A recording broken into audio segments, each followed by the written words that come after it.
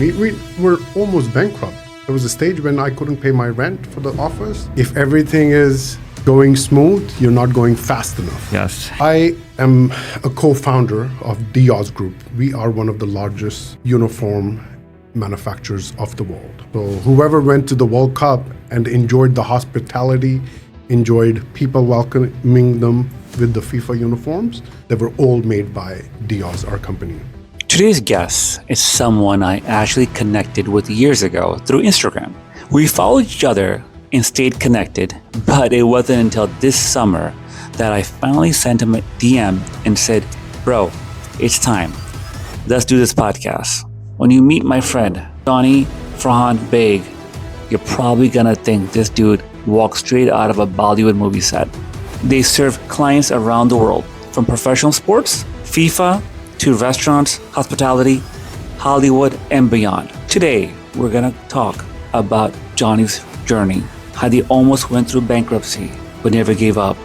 Today, let's welcome my good friend, Johnny, to another episode of Stroke of Success. Let's get it. Welcome to another episode of the Stroke of Success podcast. It's your favorite host, your favorite podcast. I'm KB, as you all know. In front of me, we have Johnny Beig. What's up, my man? Good to see you, finally. It's been a while. Johnny, for me, social media, some say it's horrible, and it could be. It depends how you use it. Exactly. No, I love Instagram. I love social media. The people that I've connected through social media, I would have never been able to do.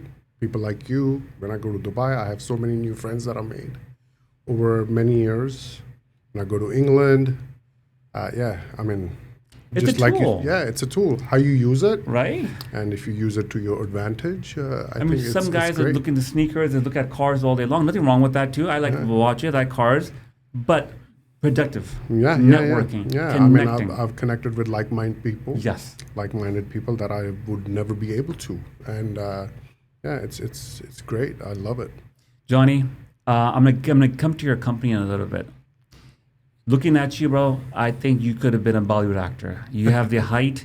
You have remind me of an actor, and I don't know if you know him or not, Pradeen Khan back in the day. A little bit. Khan, Handsome okay. guy. I'll show you, like, you'll laugh. Handsome. You could have been an actor. You could have been, I don't know, it's many things, a model. But entrepreneurship has your name on it. I know I didn't start overnight. Let's go back to the roots, where you come from, and what let you here. Sure. So, well, thanks for the compliment, first of all. I appreciate it. Never thought of myself as an actor or a model, but I'll take it nonetheless. Just going back a little bit in history. So I was born in Kashmir, in India. Moved to Australia when I was 16 years old. Went there for university because I don't know how much history you have of Kashmir. Back in the 90s, it was not.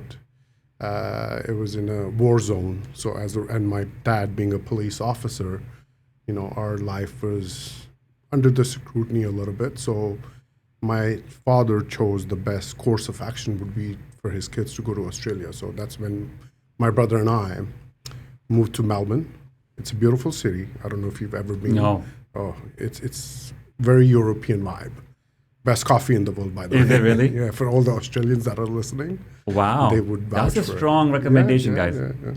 I still miss it. It's been 16 years, but I still miss the Melbourne coffee. Oh, my goodness. So anyway, I started there, worked, I did a lot of part-time jobs.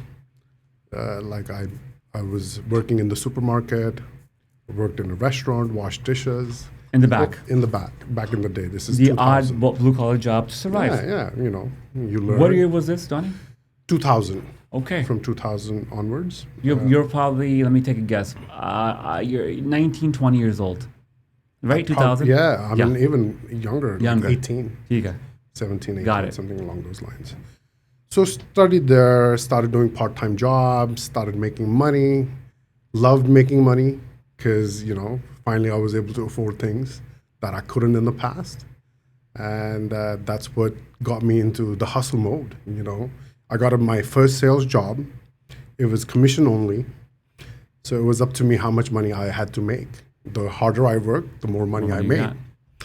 And that got me addicted to entrepreneurship because it was, even though it was a sales job, it was up to me how much money I had to make.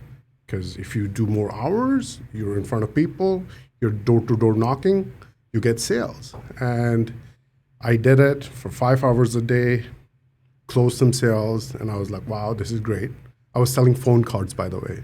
Back in the day, there was no WhatsApp, there was no phone international cards. calls. So we had to sell phone cards for international calls. Knock on the door. Knock on the door. I'm Johnny. I'm Johnny. Do you have family overseas? This is what we are selling. you For serious? $10, you can get like unlimited calls or something like that. So did that. After that, I started selling dial-up internet. So for those people. So that was my second job. I made good money because dial-up was very new at that time. Technology of the market. Yeah. So internet was just beginning. And people were very receptive. So we made sales, and I started getting paid handsomely. Started saving up for my first car. Got my car, got addicted to it, and rest is history. What car was the first one? It was a 1984 Honda Prelude. I know the car Yeah, exactly. with the flip lights. Oh my goodness. That was flex back in that. That those was a days. fixed thing, man. On their was my Prelude. I know. It's crazy. And the right? cars you have now, homie. Oh man. Yeah, That's- Cullinan. Oh. My latest one. Mashallah, bro. So, Come a long way. Yeah, I have. But the happiness that Honda Prelude gave me, Gave to nothing the else. Nothing gonna beat it. Cullinan never did, or any other cars never did. 'Cause, What a you're story. just 18 and you're hustling to make your first save. How were you focused, man? You're a good-looking kid, and like for me, I've grown up in Brooklyn and Miami. Same thing. A lot of girls around you. Would you distract a little bit, or I'm a ninja? Good question. So I knew, I don't know if it's a gift or not. I knew that I was destined for something. I love that.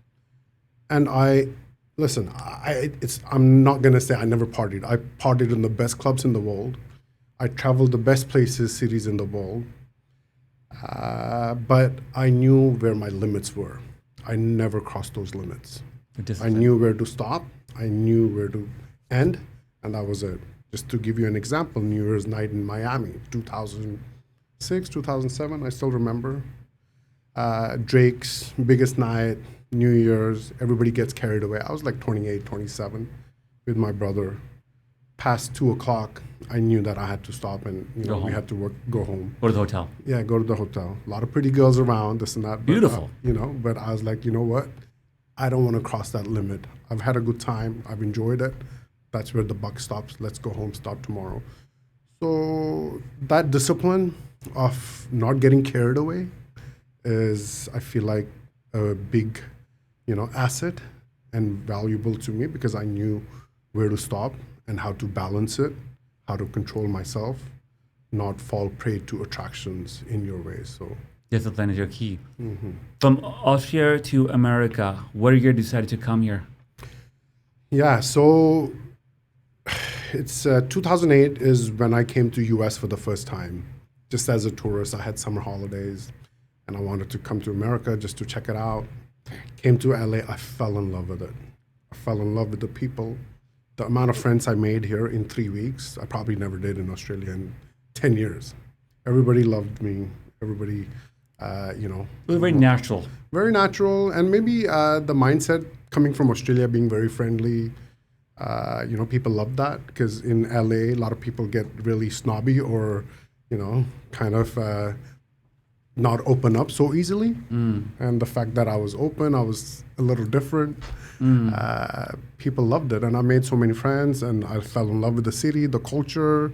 That was it for you. Yeah, and then America opened my eyes because it's such a big country and the opportunities are so huge. So that's when I went back and I was probably in a depression in Australia for 3 months, leaving America.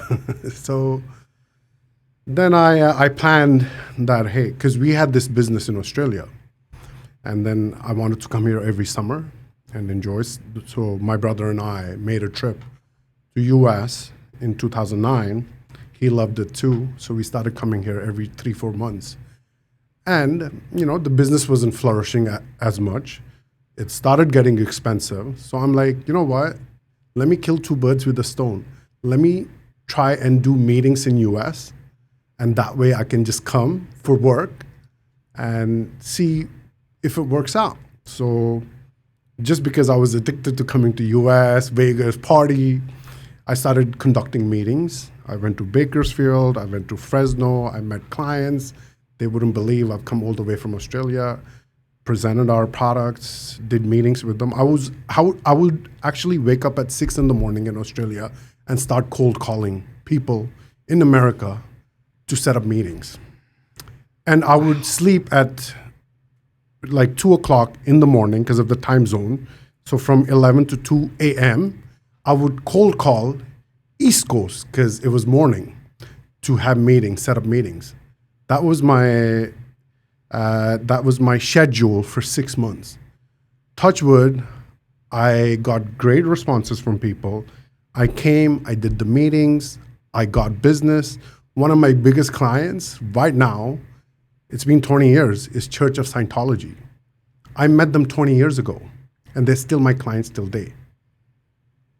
They buy a lot, I don't know if you know, they have a lot of programs, they're doing really well. I'm very familiar with the organization. Yeah. And there's been some negative publicity, but from what my understanding is, they've been great for business, for entrepreneurship, the mindset, what they sell and what they preach is a great system. Like anything else, bad and good. I don't know what the negative part is, but I've been involved with them for a long time. I'm not a Scientologist. Yeah.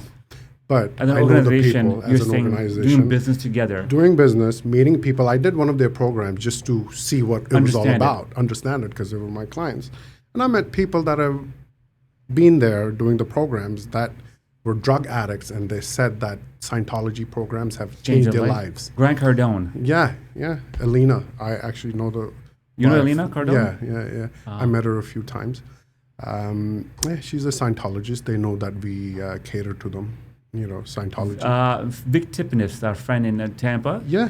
He's a Scientologist? He talks about it quite a bit. Oh, wow. I didn't know that. So anyway, so back to the story, because we don't want to go off topic. That happens. So they're still my clients. And we started getting more business in America, to cut the story short, when we went back. And then one day we were like, hey, let's just try out America for 3 months and see if it works out. You and your brother? Yeah. So we were doing all this business being in Australia. Business started expanding. And because of the time zones, we couldn't cater to the clients because they would call. It would be nighttime. Yeah. So we made the move. We were single. It was easier to move. And we said, let's test America for 3 months and see if it works out. If not, we just go back to Australia. There's nothing to lose, right? We don't have kids. We're not committed. We came to America in 2010, never left. Now 20 plus years. 16 years. Wow. So those 3 months never ended. So 16 years. That's the story. Now we are working with the largest sporting events in the world, largest companies in America, in the world, not just America. So the rest is history, global. Brother, what's your product? So I am a co-founder of Diaz Group. We are one of the largest uniform manufacturers of the world. Just to give you an example, the FIFA World Cup that was going on, all the clothing that was provided to all the stadiums that were doing hospitality, volunteers, came through Diaz. We delivered to over 3 countries, 16 stadiums in Mexico, Canada, United States. So whoever went to the World Cup and enjoyed the hospitality, enjoyed people welcoming me for uniforms, they were all made by Diaz, our company. If you ever go to a gas station, have you heard of Shell? Yes. All the Shell gas station workers across the world, not just America, in Europe, US, Australia, Asia, they all wear our uniforms. Have you heard of Pizza Hut, KFC, Yum Brands, owned by Yum Brands? All of their employees in Southeast Asia, which includes Singapore, Malaysia, Indonesia, all their employees, everything comes through us. All their promotional products come through us, all the giveaways that they give. So we are very large in food and beverage, very large in sports. We work with the Lakers. We work with Detroit Pistons. We're very large in endurance space. My biggest client is Miami Marathon, San Francisco Marathon from last 7 years. Every medal that you earn, every T-shirt that you get when you participate in an running event comes through us. So that's what we do in a nutshell. There's a lot more. So we're a global manufacturing superpower. That's the best way for me to describe it. Brother, I had an idea of the success you had.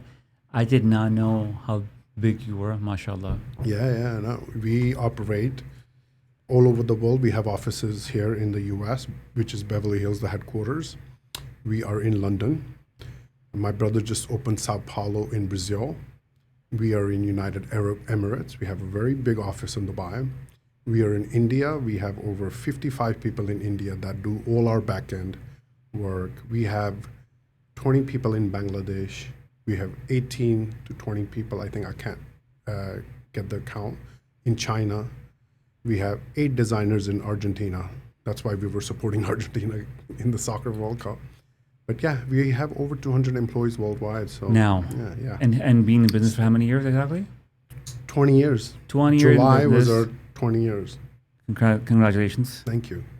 20 years in the business, 16 years in America, Mm-hmm. 2 brothers, Yeah. a dream, desire, intention, and a lot of work, A lot of hunger. a lot of hunger. Yeah.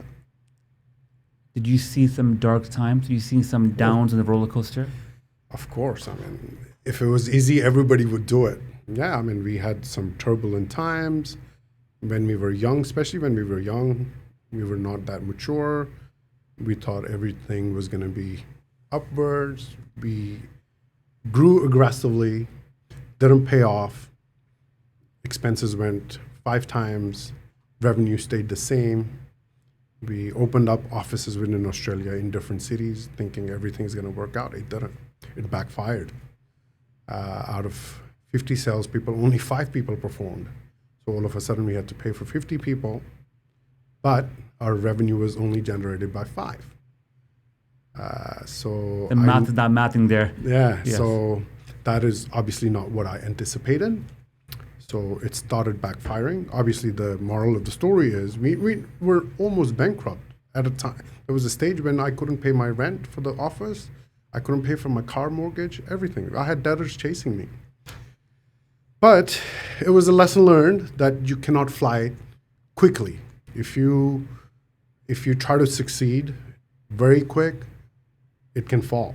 So slow and steady wins the race. The good news is we were young, even though we went through some hard times. We stayed there. I'll give you an example. I didn't have money to pay our Sydney office rent, and my brother would know this story. And they locked our offices. So we had all these employees outside. I'm like, I'm sorry, can't do anything. Let's just go home. Next day, I was like, what do I do, you know? So I showered, I got up, I wore my suit.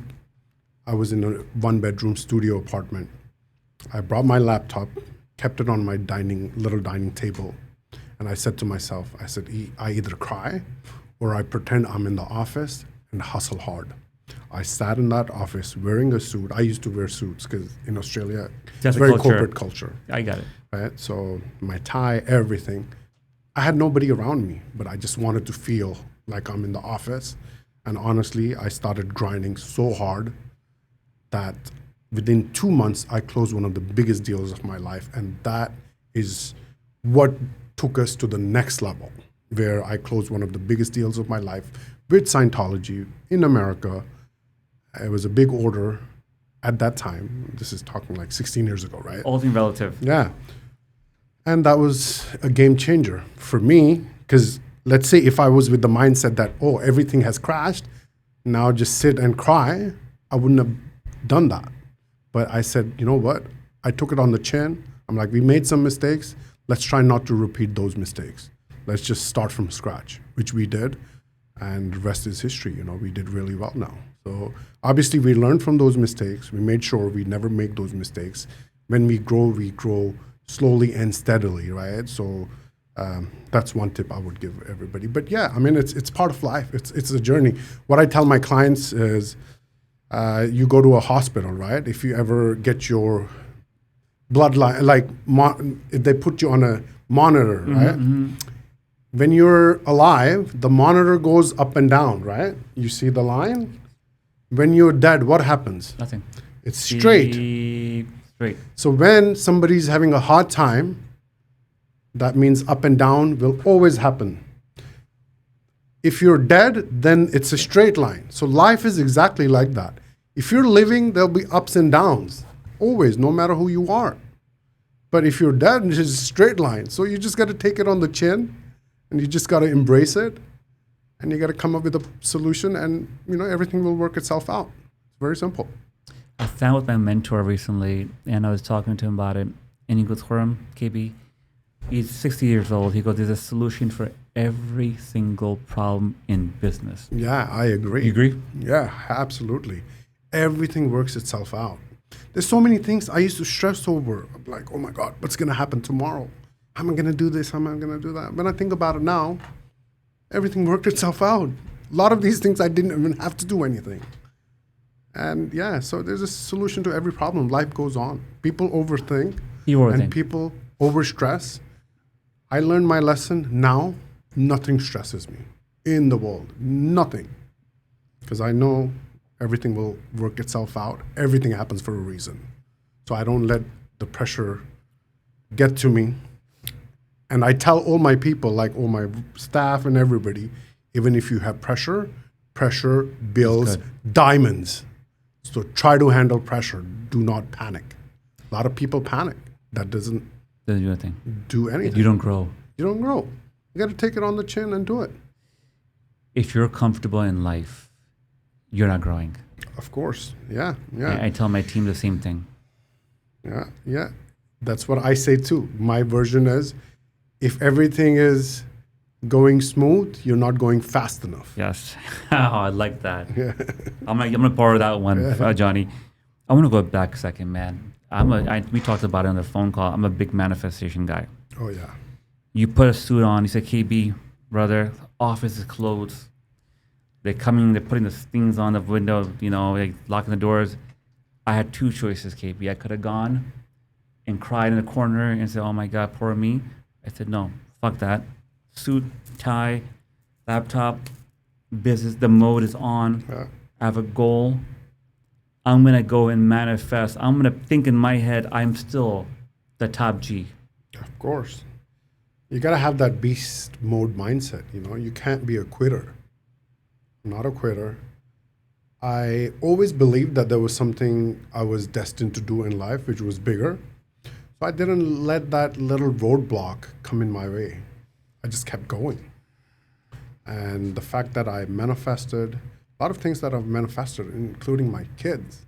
Let's talk about that. I already have that. Give me an example. Like, did you have a picture? Do you have a thing in your head? Your wife, your beautiful wife, your beautiful kids? Yeah, I'll give you an example. The house I live in, mashallah, I have a beautiful house in Hollywood Hills, in Beverly Hills, on Mulholland, big, huge backyard. When I went to get that house, I didn't have kids. I looked at the house, I'm like, one day I want to have 3 kids running around this backyard. I loved it the moment I laid my eyes on that house.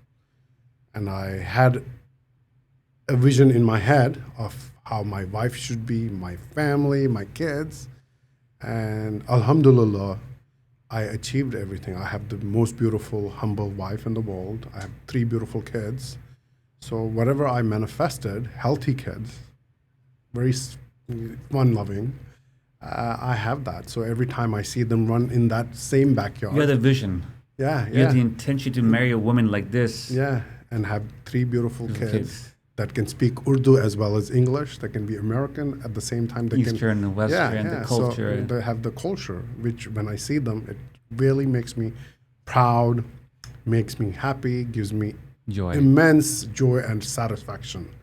So, that is another motivation that has been added in my life. So, yeah, I'm gonna go back. I think where your story is, do you think having a brother working with him, the famous Andrew Tate and Tristan Tate, they're very controversial, and something they say I do agree to, but they're 2 brothers. Do you think the fact that you had your brother as your business partner was a big part of someone you can trust and he'll be going as hungry as you are? Of course. Honestly, my brother is my backbone. We've been through each other through thick and thin. You know, a lot of people would not have your back. Everybody wants to be around you when you're doing Successful. good and when you're successful. Who wants to be there when you're not doing good? Your family. He's always had my back. I always had his back. And, you know, it's just like the way he works, the way I work are completely different. But Unpack that. How are you guys different? we complement each other. Yeah. He's more aggressive. Okay. You know, he wants to open up, spread his wings, be aggressive in his approach. I'm more of a balanced, guy. What do I say? I always often pull him back a little bit. That hey, it's easy to go fast, but go with a better pace. Let's not outgrow ourselves. So that's a good combo because he's aggressive. I'm a little, on the other side. So it makes a good team. He's very creative with a lot of things he does. I'm very organized with the company. So I manage all the accounts, all the finances, all the training, whereas he manages all the opening of the offices, hiring staff, delegating tasks, getting us into different things like for example, he's working on Warn, which is a brand of EVs we are going to launch. So within the manufacturing space, we are doing electric vehicles, electric cars, electric motorcycles, because these are very big in the Middle Eastern market. Right now, we are working with Uber of Saudi Arabia called Hunger Station. Okay. They're the largest there. And Kareem, which is bought by Uber in the Middle East. So we are making their delivery cars private labeled just for them because, they have a lot of drivers that are driving on the bikes, delivering food. So we have manufactured cars just for them in their brand, so he's the one who's behind the scenes with that. He's overlooking that operation, that vision. Meanwhile, I take care of the odds and make sure that our business as usual is running and getting, being successful. So, yeah, that's how we complement each other. A lot happening. Your wife is beautiful. Thank mashallah. You. Thank you. Your kids are beautiful. Mashallah. She's beautiful inside out. That's the main thing. I'm going to get to that right now. Yeah. I think I got very blessed, and one day, inshallah, we'll have our wife meet together, our kid. Yeah. I've been with my wife married for 16, with her for 20. She met me when I lost my mom. I had nothing, zero money, had substance abuse issues going on, very tough time, and she was there for me, and she was with me with my stroke. So how important do you think your running mate, the woman in your corner, is to success and into your life overall? I mean, they say behind every successful man, there is a solid woman. So I totally believe in that. During the day, when we go to work, there's a lot of stress, a lot of, the daily grind, daily hustle. When you come home, you want to come to an environment where you feel sane, you feel happy, and women create that environment. My wife, every time I come home, it's beautiful. I love coming home. It gives me the peace. It gives me meditation. It's like meditation, right? Because you come home from a stressful day, last thing you want to do is see somebody nag and have fights, this and that. So I think how you're at home makes a difference, motivates you more. So yeah, in that regard, my wife is my backbone as well. Like, she's always there for me. She's always giving me advice. She's always telling me what I'm doing good, what I'm not doing good.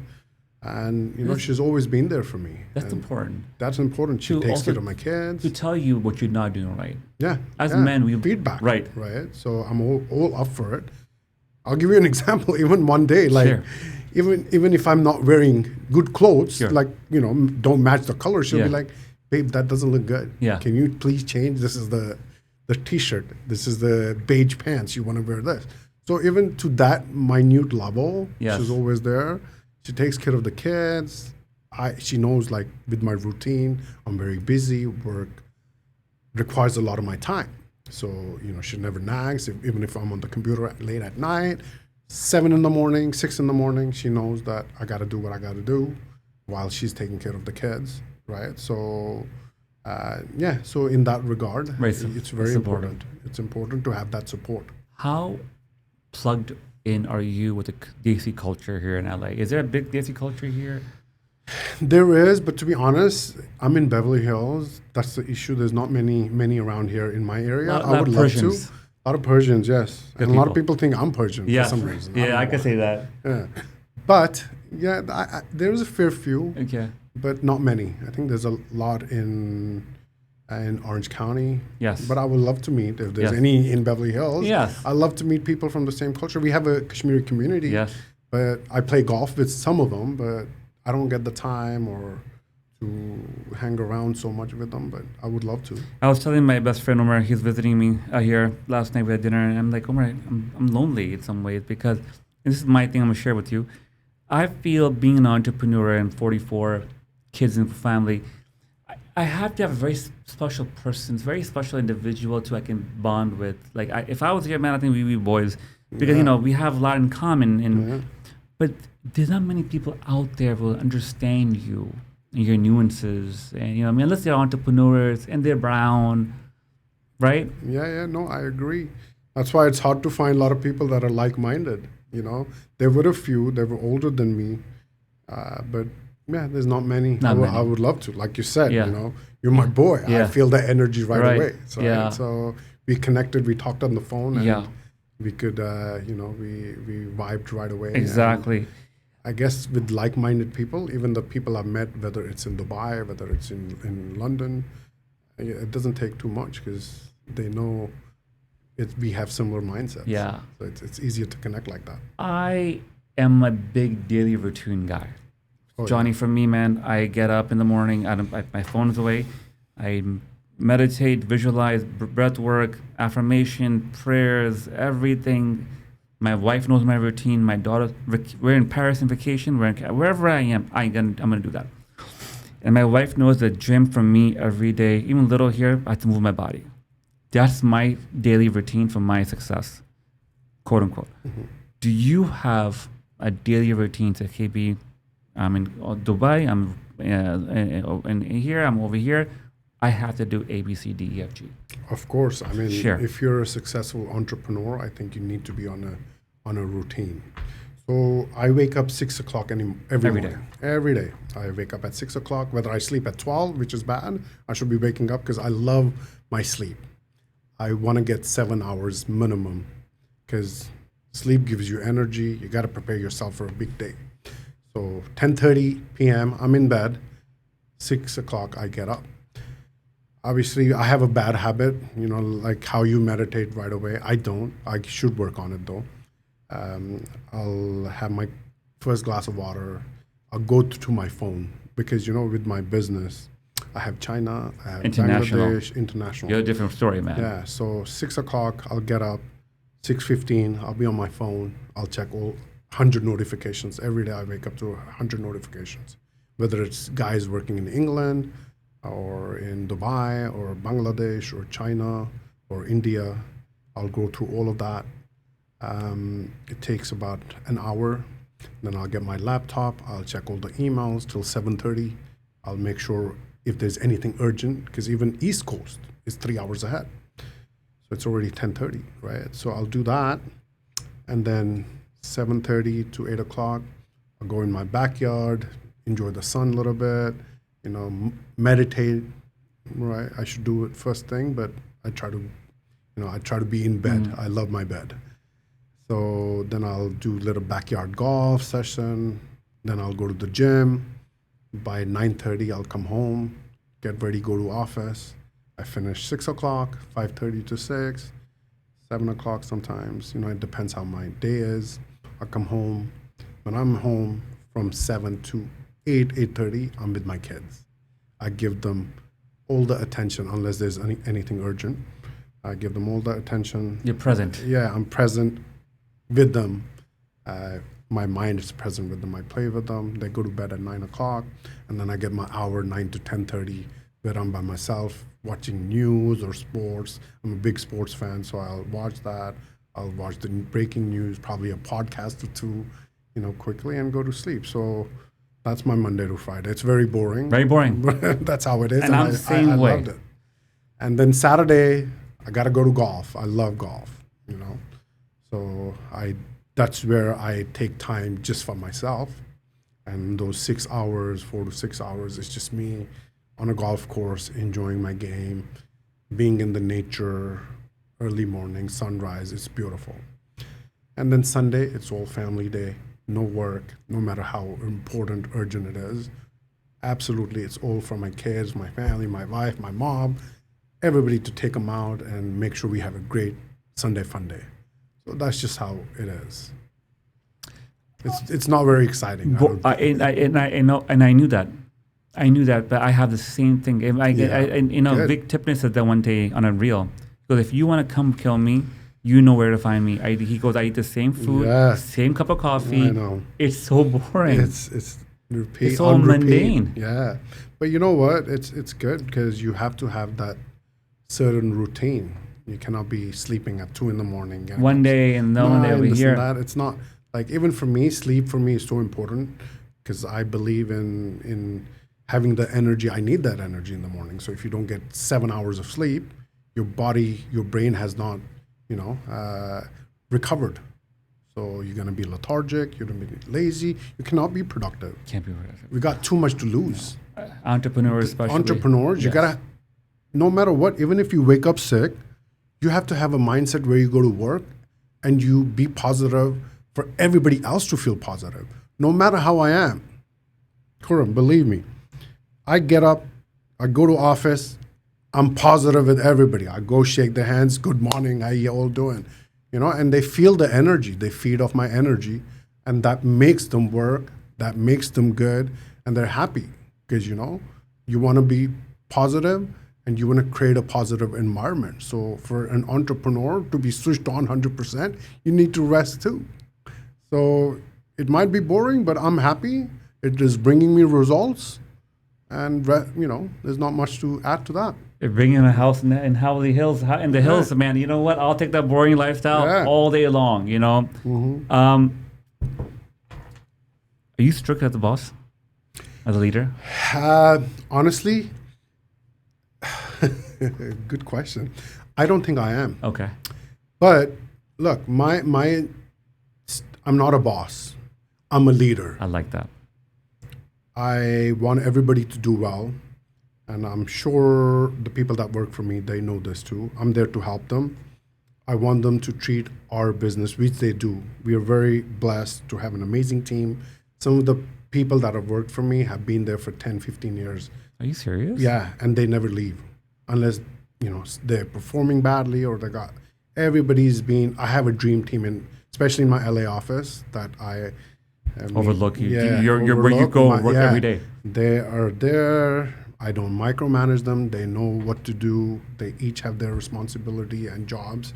And they've done better for themselves. When they started, they were at a certain level. I've seen them grow, get better cars, get better houses, upgrade in their lifestyle. And it motivates me because I've seen them from zero to where they are now. And it brings me satisfaction when I see them do good because we're all in it together. It's not just me. No. I wouldn't be happy if it was just me prospering and everybody else suffering. No way. No. We want to build together. We want to build as a team. I want everybody to do well. And it will motivate them, and it does when they do good because they see the results and it motivates them automatically and motivates them more to do well. So I don't even need to push. So your question is, I'm not a boss, I'm a leader, but as long as people are not abusing the being lenient, that is where I set my boundaries. You cannot cross those boundaries. Otherwise, you'll be in trouble. But overall, I'm very friendly. I'm very approachable. I might look intimidating, but I'm not. And there's so many people that have actually come to me saying, oh my God, you look so intimidating until we meet you. And then there's like a softer side that comes out. And, I guess I have to put a shield on in the beginning because I can't be just open with everybody. But when I get to know you and when I know that you've got, something Intentioned. yeah. You have a conscious awareness of how things work. Yeah, and then I'm more open. Alignment. Yeah, alignment. So I have a few brown Desi friends in Orlando, very successful, entrepreneurs, cardiologists, the whole nine. And the discussion happened recently. I go, guys, I believe in culture. I'm like, no, but they're older. They're about 56 years old. So I go, guys, I believe in culture. I think culture is super important. I have 2 clinics. I'm opening many more right now. And I think to have a good culture is important. They think that culture is important, but it's not as important. In your opinion, you have people there from 10 to 15 years still with you. They come in your office, smile. Do you see that part of the culture? Of course. I mean, I don't know who says culture is not important. Culture is everything. You got to build a solid culture at your work environment. You got to build a solid culture even at home. At home. For your kids. Yes. If there's no structure, there's no culture, they don't know what the baseline is, what to go off. So we have a very good culture even at work. It's all about respecting each other. It's all about encouraging each other, lifting each other up. There's no politics. I tell the people, I do not want any politics. If you do not like coming to work, do not come to work. I want you guys to be happy, wake up, and be excited about coming to the office. I'm going to have fun today and my job. Exactly. Otherwise, don't come. For me, on the weekends, I'm like, oh, damn. I don't like to sit idle. Yeah, me either. Like, I like to be constructive. Yeah. So whether my kids are taking the nap, I'll go outside and I'll hit some balls, golf balls, right? So I like to have that constructive mindset. So Monday to Friday gives me that opportunity to go get my dreams, chase all those ambitions I wanted to. And that's why I look forward to it. And people should do the same. So having a culture definitely helps because otherwise you would know what direction to go in. Johnny, mashallah, alhamdulillah, you have done an amazing job. Some say, man, religion is super important. So me, I'm not religious. Yes, I'm a Muslim. My kids are Muslim, my wife's Muslim. I call myself more spiritual. And from that question, what do you consider yourself to be? I'm a little bit old school. I'm not very religious, but I believe in our religion. Yes. I believe in our God. I believe religion is important. Sure. Because, for example, for me, I know what is good, what is bad, but I don't want to be the best Muslim and be an ass to people. Yeah. For me, humanity is the number one religion, right? So if you're a good human being, that is what matters the most than being a good Muslim. Helping people, lifting them up, solving their problems. The fact that I am providing employment to 200 plus people worldwide. The fact that I'm making difference with the products that we sell to people. The fact that their kids are going to school, they're having a good lifestyle, they earn good. I'm contributing to all of that. That is part of what I believe God has created me for. And that is better than praying 5 times a day, doing this. So I believe being a good human being matters the most. But of course, you have to have the baseline. The rules. The rules, the framework. Like, for example, I teach my kids that, hey, don't do this. This is good. This is bad. It all comes from religion, right? Yeah. So all religions are the same. All same. They teach you the same basis. Judaism, Christianity, all of them. Everything. So, no religion tells you to be an ass. Everybody says you got to be good to people. You got to help. You got to give charity. You got to lift people up. So, yeah, I mean, I have a boundary and I believe in God.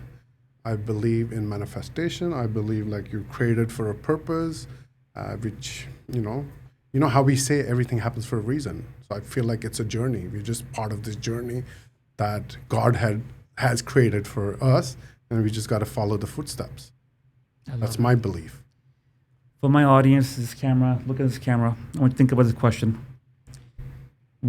There's a lot of entrepreneurs that watch my podcast. A lot of them struggling. Some of them had strokes like myself. Some of them heart attacks. Wife left them, drug addictions, bankruptcies. They're coming back. You are a seasoned entrepreneur. You paid your dues. You've gone to hell and back. You're standing there with a smile. You employ people across the world, you and your brother. What advice would you want to give them right now? And think about it. What advice you want to say, life-changing advice that you say, this worked for me, I'm going to share with you. Yeah, I mean, it's very simple. First and foremost, never give up. Always have a dream.